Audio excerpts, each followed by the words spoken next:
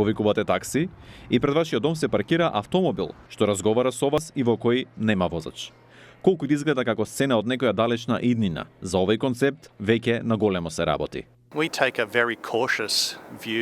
Сериозно се посветуваме на развојот на целосно автономни возила. Имаме два модела. Едниот се вика шофер, во кој патниците во основа само седат во возилото, а тоа самото управува.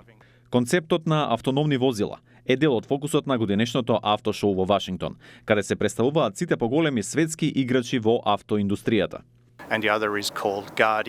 Вториот модел е Guardian. Возилото е опремено со напредна технологија што може да му помогне на возачот ако направи грешка или брзо да го извлече од можна сообраќајка.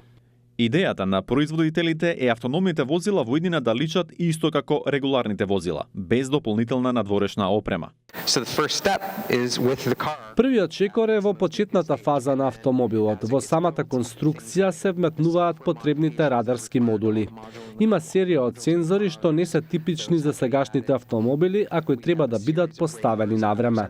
Сепак, за да се остави безбедноста на патниците во процесорот на едно самоуправувачко возило, неопходен е развој на софтвер што ќе му помогне на самото тоа да учи од околината. Како да научите компјутер да распознава што има во просторијава? Како да препознае дека вие сте човек, дека тоа таму е автомобил? Тоа се податоците што треба да ги научи. Од компанијата Uber напредни технологии се внимателни со одговорот кога би стартувале со услуга за превоз на патници со самоуправувачки автомобили.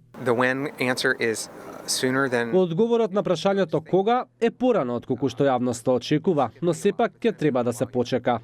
За година 2-3 Во таа временска рамка, да, ќе имаме мали пилот услуги.